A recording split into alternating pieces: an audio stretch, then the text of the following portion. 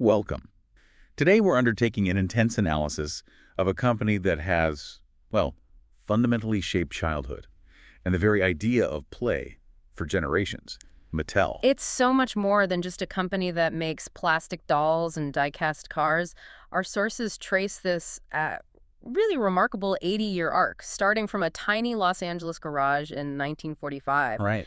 And the story is it's complex, it's turbulent, and it follows this evolution right up to where they are now in 2025 as a massive global entertainment and intellectual property, or IP, powerhouse. It's an entire corporate history compacted into one story. I mean, you have to look at the sheer scale of the challenges they face. We're talking corporate scandals, near-death financial crises. Huge acquisition. Huge acquisitions, and then this very intentional, very rapid pivot into film, television, and digital gaming that really defines who they are today. And our mission really is to dissect the mechanics of that pivot. We want to understand how Mattel, a company that for most of its life was a physical toy manufacturer, transitioned into the sophisticated, integrated global franchise manager. So how do we do that? To do that, we have to isolate the handful of strategic decisions and the major challenging periods that fundamentally redefine the company's path. Let's start with the name itself, Mattel.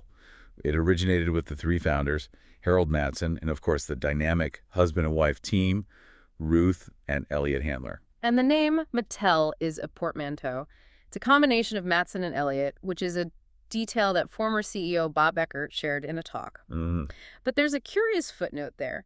Ruth's name, despite her being, arguably the most pivotal creative force in the company's entire history. It couldn't fit. It just couldn't fit into the official company title. But the importance of Ruth Handler's vision, as we're about to see, is just impossible to overstate. And when you look at the scale Mattel has reached today, it's stunning. It's the world's second largest toy maker, holding its own right behind the Lego Group. And they operate across 35 countries and territories, selling products in over 150 nations. Yeah. It's a massive global footprint. And here's the part of the story that's truly fascinating. This massive multi-billion-dollar empire is fundamentally built on the historic durability and the enduring success of just two core properties. Barbie and Hot Wheels. Barbie and Hot Wheels. And that durability is measured in hard data. The NPD Group, which tracks market performance, named Barbie the top global toy property, and Hot Wheels the top-selling global toy of the year. For both 2020 and 2021. Right, for 2 years running, which means these two brands, conceived decades and decades ago, are still the central pillars driving the company's performance, even now in the age of digital entertainment. And that intense reliance on core, durable IP is the most important thread we need to follow. Every major strategic decision, every expansion, and every near collapse, it all relates back to how they managed or mismanaged those foundational assets. So let's begin where many great American companies do, in humble circumstances. January 1945, a Los Angeles garage, Mattel Creations was founded. And the initial business idea was, frankly, completely unremarkable. They were making picture frames. Just picture frames. They were woodworkers. The entire genesis of their shift into toys was driven not by some grand creative ambition, but by, practical small business efficiency. So what was the connection? They had leftover scraps of wood from making the picture frames, and it was Ruth Handler who suggested, let's use these scraps to build and sell detailed dollhouse furniture. So it was just a side project at first. It was a side project that very quickly became the main project. And within that first year, the foundational structure changed. Harold Matson sold his share to the Handlers because of poor health. Which left Ruth and Elliot in complete creative and managerial control. And that departure allowed the Handlers to fully implement their vision. They shifted completely away from picture frames and went all in on toys. And by 1947, they had their first major successful product. The Yucadoodle ukulele. That was the one that confirmed their new direction. So the company was officially incorporated in Hawthorne, California in 1948.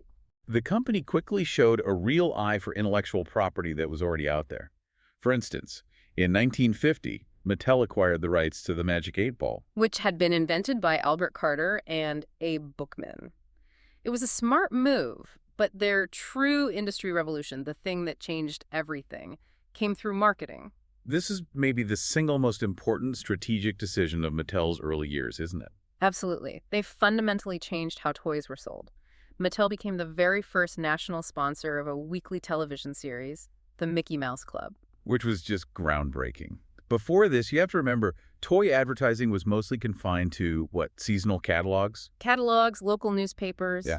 And it was generally targeted at parents. Right. And by sponsoring National Children's Show, Mattel completely bypassed the parents and created this direct, sustained demand from the children themselves. It was a massive financial gamble. It demanded a huge commitment from what was then still a small company, but it paid off exponentially. It established Mattel as an industry giant almost overnight. And it forced every single competitor to rethink their entire advertising strategy. They monetized the airwaves. And this revolutionary advertising strategy happened to coincide perfectly with the debut of the products that would define the company forever. Barbie, who would become the company's best-selling toy in history, debuted on March 9th, 1959. And the creation of Barbie was Ruth Handler's genius. It really was. Before Barbie, most dolls were modeled on infants, encouraging girls to role play as mothers. But Ruth wanted to create a doll that allowed girls to project their future selves, to be teenagers, career women, adults. It was a massive cultural shift. And of course, the male counterpart, Ken, followed in 1961. And beyond just the fashion doll, Mattel also revolutionized the interactive toy segment. So in 1960, they launched the Chatty Cathy talking doll. Chatty Cathy was a technological marvel for its time. The mechanics involved a pull string, and the doll was voiced by the famous voice actress June Foray. And it didn't just make a noise, it spoke specific phrases, making it feel truly interactive. That technology was so disruptive that the pull-string talking doll mechanism just dominated the toy industry throughout the entire 1960s and 70s. It established Mattel as the leader in toy engineering, not just design. And they weren't just focusing on dolls either. In 1965, the talking toy line expanded with the incredibly popular CNC. Right. The cow says. Exactly. Yeah.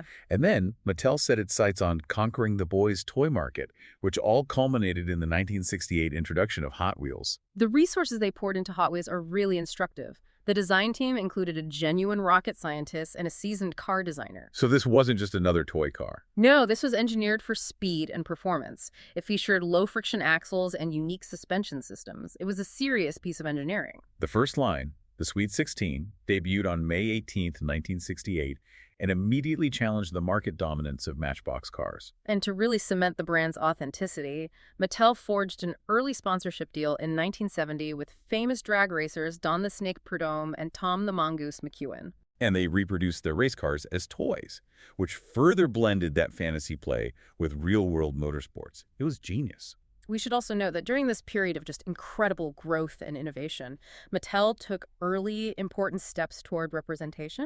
In 1968, they introduced Christy. Christy was Barbie's friend, and this marked the company's first black doll.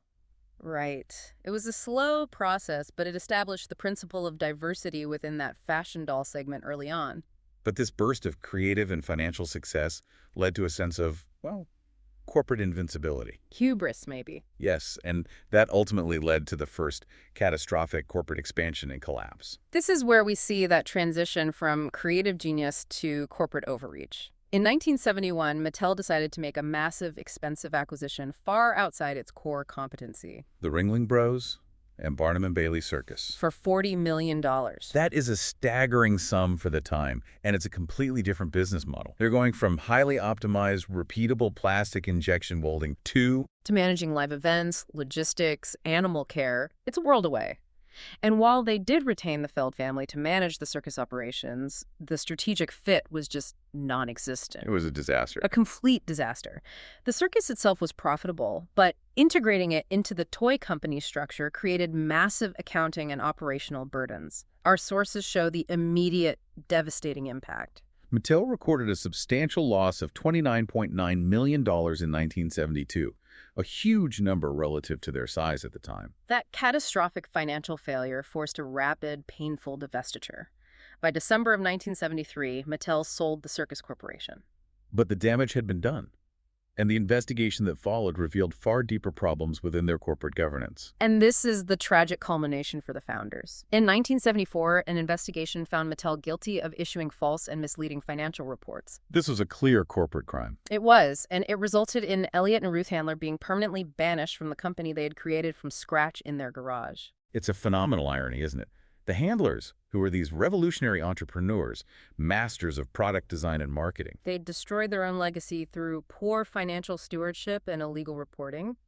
It demonstrates a fundamental, brutal lesson about scaling a business. Brilliant product innovation does not shield you from regulatory compliance or sound financial management. And that 1974 event, it wasn't just a ledger entry.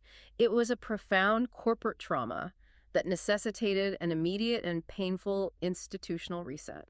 So the years immediately following the handler's banishment were defined by desperation and really a fight for corporate survival. Arthur S. Spear took control in 1975.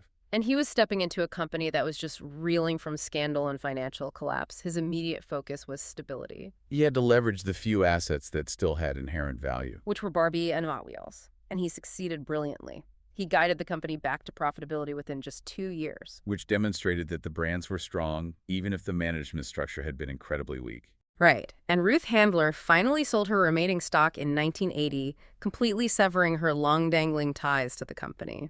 But despite that recent, painful lesson about diversifying outside their expertise with the circus, the company made an even bigger bet on a completely new field: consumer electronics. This was the devastating electronics gamble. The late 70s were the dawn of the electronic gaming age. Mattel saw the success of early handheld games and decided they had to chase that trend.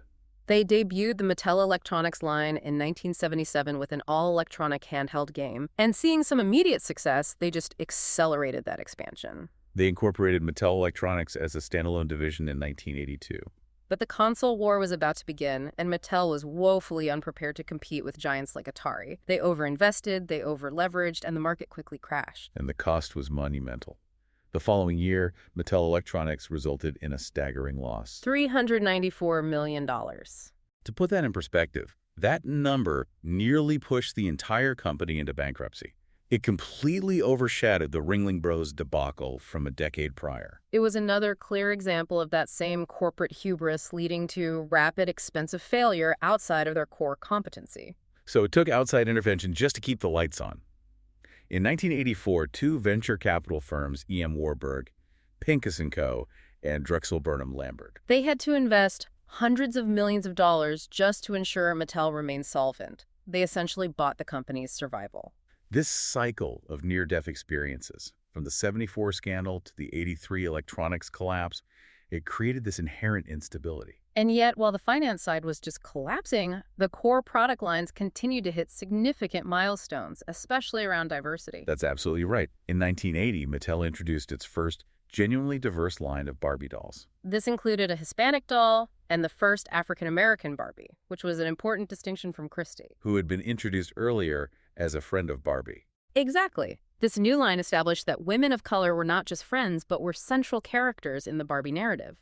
And this initiative grew quickly to include Barbie iterations representing more than 40 different countries. On the boys' side, they hit a huge, though temporary, cultural moment with the launch of He-Man and the Masters of the Universe action figures in 1982. This was a full multimedia blitz. It spawned comics, a hugely popular animated series, and eventually a live-action film. And Masters of the Universe provided a critical revenue lifeline during that electronics collapse hangover. It showed Mattel's ability to create successful, fantasy-based IP, but it was a trend-driven brand. It wasn't durable in the same way. And Barbie was continuing its evolution. In 1985, they launched the influential We Girls Can Do Anything campaign, which specifically targeted the idea of self-belief in young girls. They also released the CEO, or Data Night Barbie, overtly celebrating women in leadership positions. but the volatility reappeared. By 1987, sales of Masters of the Universe began to plummet sharply. It was following the typical boom and bust cycle of IP that's driven by Saturday morning cartoons. This caused yet another significant revenue dip. And it proved they couldn't rely on single temporary hits. The true lasting turnaround came under the leadership of John W. Ammerman, who had joined the company in 1980 and was named chairman later in the decade. And he implemented the critical strategic insight. Stop chasing trends and focus intensely on what you already own. Ammerman's strategy was brutally simple and effective. Leverage the core brands, specifically Barbie and Hot Wheels, which had proven their staying power. He realized that durability was more valuable than volatility. And the results were undeniable.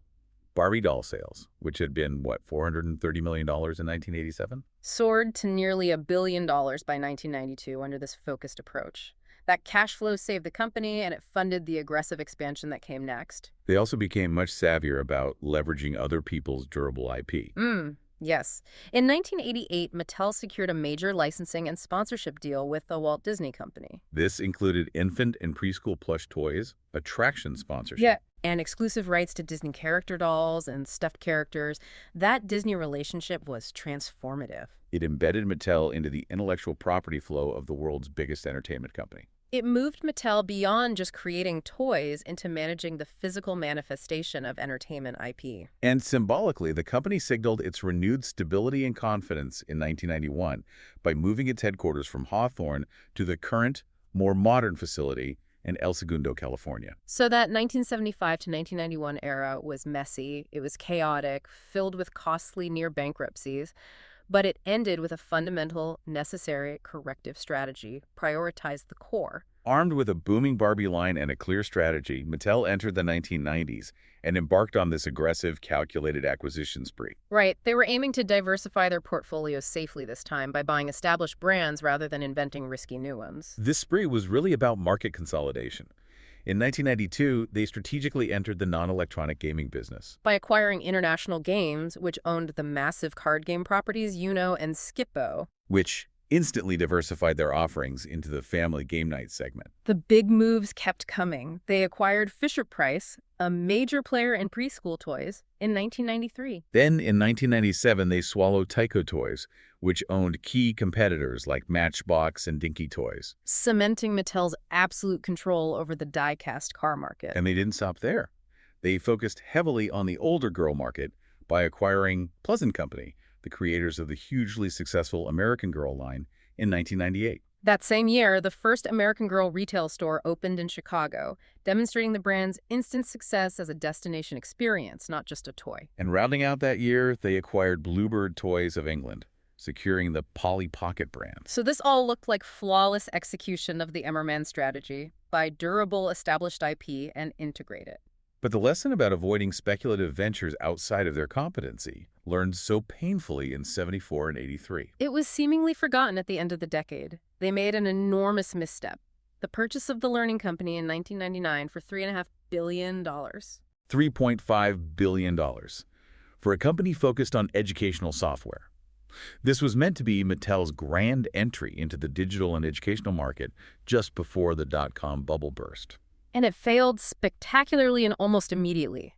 The purchase price was inflated, and Mattel failed to understand the rapidly shifting dynamics of the software market. They sold the Learning Company the very next year at a colossal loss. And that failure resulted in Mattel reporting a staggering $430.9 million net loss for that fiscal year. It stands as one of the most immediate and costly strategic failures in corporate history. It confirmed that the recurring sort of corporate pathology of overinvesting in unfamiliar technologies was still a huge risk for them. Meanwhile, despite that disaster, they continued to secure IP that would dominate the next decade. In 2000, Mattel secured the crucial first license for the Disney Princess doll line. They also partnered with Warner Bros., becoming the master licensee for Harry Potter toys, and crucially expanded that deal in 2002 to include DC Comics characters like Superman, Batman, and Wonder Woman. So they were positioning themselves as the ultimate physical product extension of the world's biggest movies and comic books. It was a licensing juggernaut. This period also gave us one of the more humorous cultural clashes of the era. The lawsuit against the Danish-Norwegian Europop band Aqua. Right. In December of 2000, Mattel sued Aqua over their worldwide hit Barbie Girl. Mattel claimed the song violated the Barbie trademark and damaged the brand's image. They said it portrayed her as a blonde bimbo. And the courts were having none of it. Not at all. The lawsuit was rejected 2 years later, with the court essentially ruling that the song was protected as parody and free speech. It confirmed that Mattel did not have absolute control over the cultural commentary surrounding their most famous doll. Now let's pivot to a foundational shift that would lead to a far more serious crisis: manufacturing. In 1992, Mattel opened its first production factory in Indonesia, initially for Hot Wheels. They expanded this in 1997 for Barbie dolls. This was the first major step in outsourcing production. And the critical transition occurred in 2002 when Mattel closed its last factory located in the United States.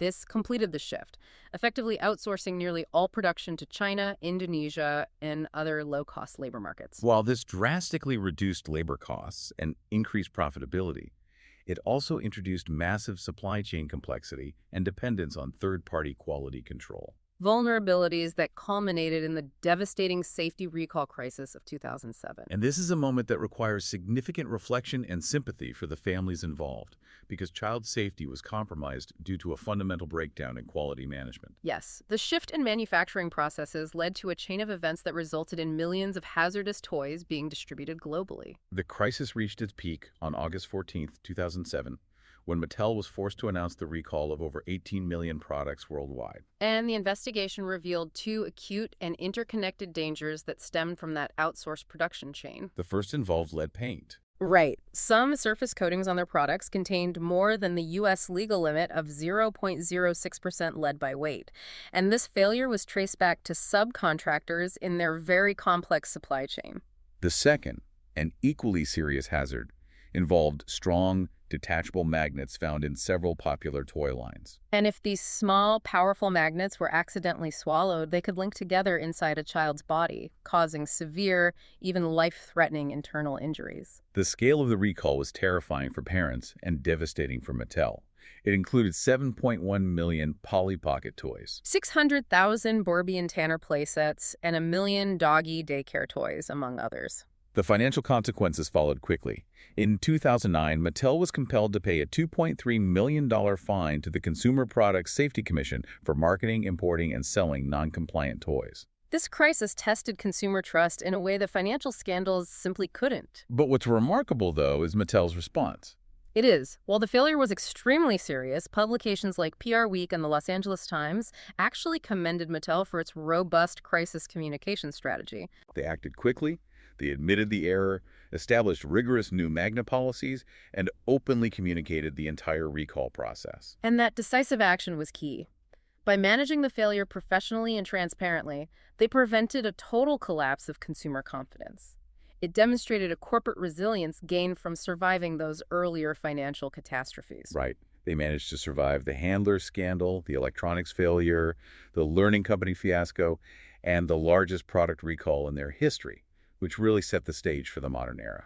As we move into the 2010s, Mattel was fully committed to its two-pronged approach: constant reinvention of the core brands and aggressive development of new, high-value IPs. On the new IP front, 2010 saw the launch of Monster High, A fashion doll line centered around the teenage children of famous monsters like Dracula, Frankenstein, and the Wolfman. This line was incredibly successful. It tapped into a niche that Barbie hadn't, really. Exactly, and it led to spin-offs like Ever After High in 2013 and Enchantimals in 2017. And Hot Wheels continued to blend real-world stunts with imaginative play. In 2011, they collaborated with the 100th anniversary of the Indy 500. And set a world record jump for a four-wheeled vehicle, an incredible 332 feet. The brand also solidified its connection to car culture by continuing to develop and induct life-sized versions of its fantasy cars, like the Twin Mill, into the Hot Wheels Garage of Legends. But the most important evolutionary step was the intensive focus on diversity and inclusion within the Barbie brand, building on those early 1980s foundations. Yes. In 2012, Mattel introduced Ella, a ball doll distributed through hospitals specifically for children experiencing hair loss due to medical treatments. This was a clear move to use the doll as a tool for empathy and representation. And that commitment accelerated dramatically in the 2020s, reflecting and perhaps even driving broader cultural acceptance. The milestones are impressive and culturally significant. In 2022, they released a first-ever transgender Barbie doll, modeled after actress and advocate Laverne Cox. Then in 2023, they worked directly with the National Down Syndrome Society to create a doll with Down syndrome. And their inclusion efforts continued in 2024 with a doll representing individuals with vision impairments. This isn't just a marketing exercise, it's a permanent reshaping of the brand identity. The 2025 announcement of the first Barbie doll with type 1 diabetes confirms that this diverse representation is now central to the brand's mission. It's about ensuring more children see themselves reflected in their toys. And moreover, they began honoring real-world role models, releasing dolls in 2025 modeled after figures like Peloton instructor Robin Arzon and model Lila Moss. They transformed Barbie from a singular, unattainable ideal into a mirror reflecting a diverse, accomplished global community of women. And parallel to this brand evolution was a massive corporate maneuver focused on IP acquisition and licensing wars. Yes, in 2011, Mattel agreed to purchase HIT Entertainment, the owner of Thomas & Friends and other massive preschool IP, for $680 million, placing the operation under the Fisher-Price unit. Securing Thomas & Friends was critical, giving them a durable, multi-generational boys brand. However, at the same time, their long-standing relationship with Disney began to fray. Barbie sales were dropping around 2012. And Disney was aggressively moving to reposition its princess line away from traditional damsels toward heroines. This market divergence led to a major loss.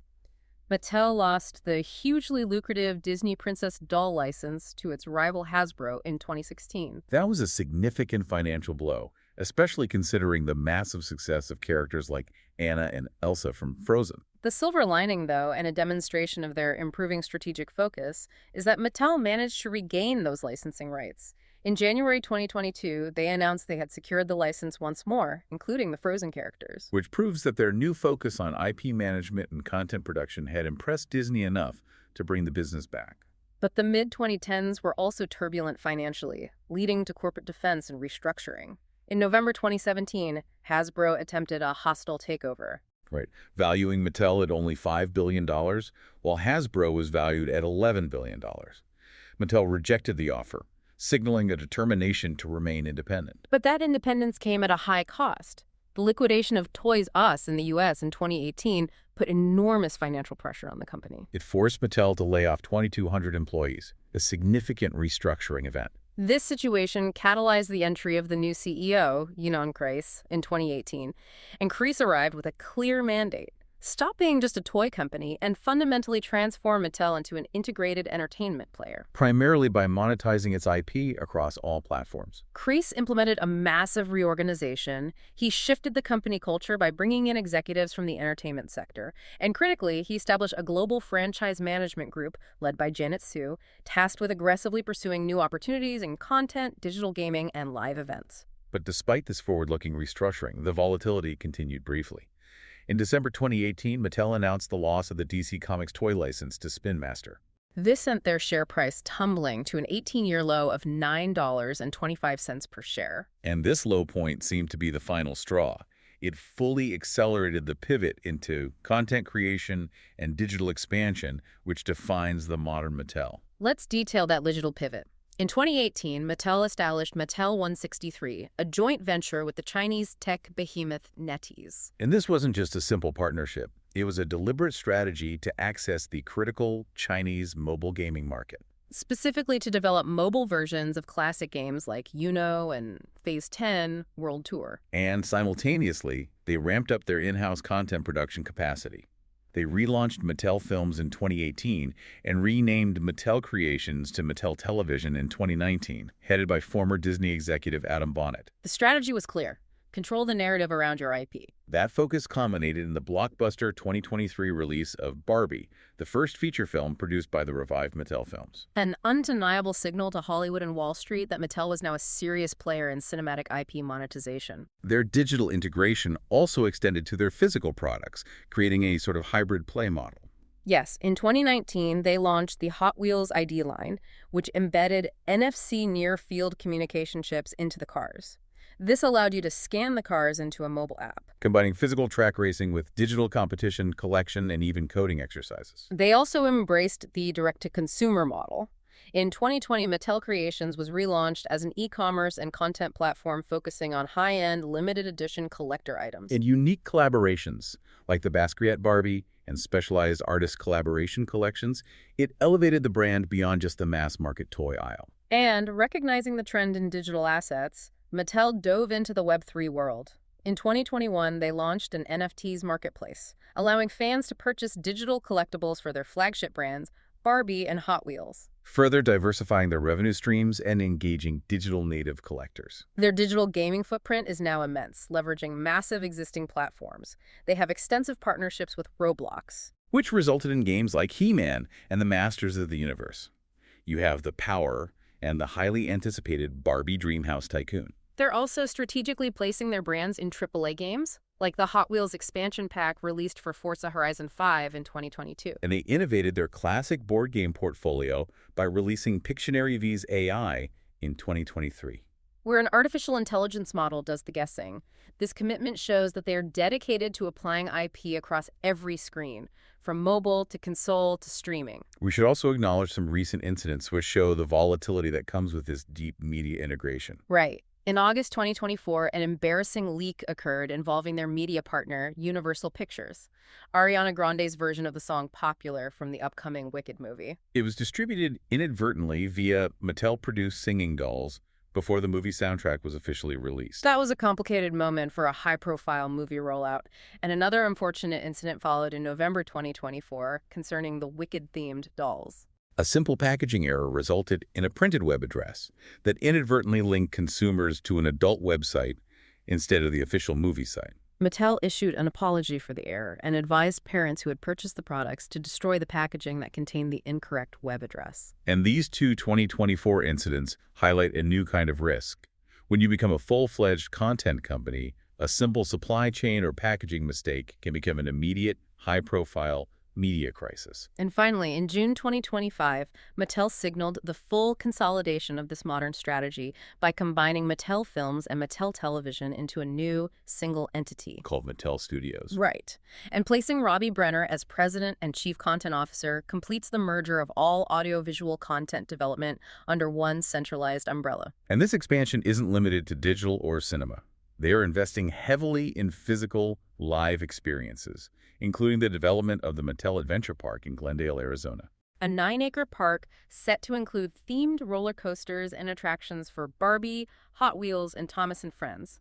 It's about turning the IP into physical destinations.